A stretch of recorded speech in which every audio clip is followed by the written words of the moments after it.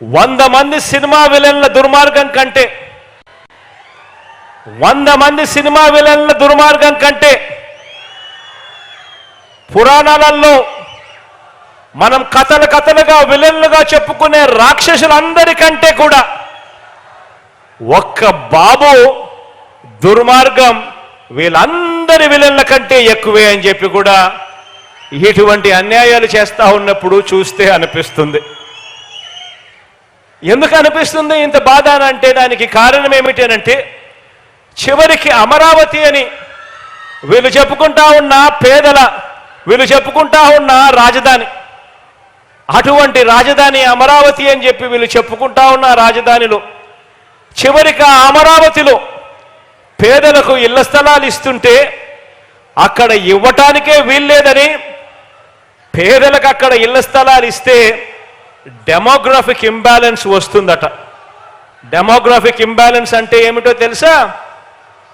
పేదలకు అమరావతిలో ఇంటి స్థలాలు ఇస్తే కులాల మధ్య సమతౌల్యం దెబ్బతింటుంది అని ఏకంగా నిస్సిగ్గుగా ఈ పెద్ద మనిషి కోర్టుల్లో సైతం కేసులు వేసి కేసుల్లో కూడా వాదించాడు అని అంటే ఇటువంటి వ్యక్తి ఇంత అమానుషంగా కోర్టులో తన లాయర్లను పెట్టి వాదించాడు అని అంటే ఇన్ని దుర్మార్గాలు చేసి కూడా బాబు ప్రజా జీవితంలో జంకు గొంకు లేకుండా ఉండగలుగుతా ఉన్నాడు అనంటే ఇంతకన్నా అన్యాయం ఎక్కడైనా ఉంటుందా అనే ఆలోచన చేయమని అడుగుతా ఉన్నా.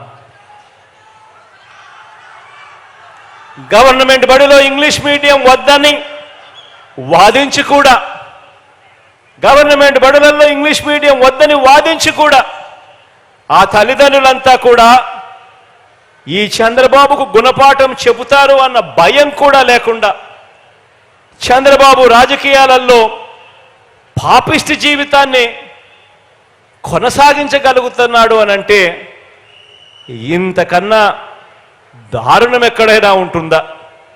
ఆలోచన చేయబడుతూ ఉన్నా. ఒక ముఖ్యమంత్రి స్థాయిలో ఉంటూ చంద్రబాబు నాయుడు గారు ఎస్సీ కులాలలో పుట్టాలని ఎవరైనా అనుకుంటారా అని స్టేట్మెంట్, అటువంటి అన్యాయమైన స్టేట్మెంట్ ఇచ్చి కూడా ఎస్సీలంతా తనకు గుణపాఠం చెబుతారన్న భయం కూడా ఈ పెద్ద మనిషికి లేకుండా బాబు రాజకీయాలలో ఇంకా బరి తెగించి ఉండగలుగుతా ఉన్నాడు అనంటే ఇంతకన్నా దారుణం ఎక్కడైనా ఉంటుందా అని అడుగుతా ఉన్నా. బీసీల తోకలు కత్తిరిస్తా కబడ్దారని కూడా బాబు ఈ రాష్ట్ర రాజకీయాలలో బీసీలంతా తనకు గుణపాఠం చెబుతారన్న భయం కూడా లేకుండా అలాగే ఉండగలుగుతా ఉన్నాడు అనంటే ఇంతకన్నా దారుణం ఎక్కడైనా ఉంటుందా అని ఆలోచన చేయమని అడుగుతా ఉన్నా. పేద వర్గాలకు ఇళ్ల నిర్మాణం చేయకపోయినా రైతులకు బేషరతుగా పూర్తిగా రుణమాఫీ చేస్తానని చెప్పి వారందరినీ కూడా మోసం చేసిన ఈ మాయలోడు ఏ జంకు గొంకు లేకుండా ఇప్పటికీ కూడా ఈ రాష్ట్ర రాజకీయాలలో ఉన్నాడు అనంటే ఇంతకన్నా దుర్మార్గం ఎక్కడైనా ఉంటా అని చెప్పి ఆలోచన చేయమని అడుగుతా ఉన్నా.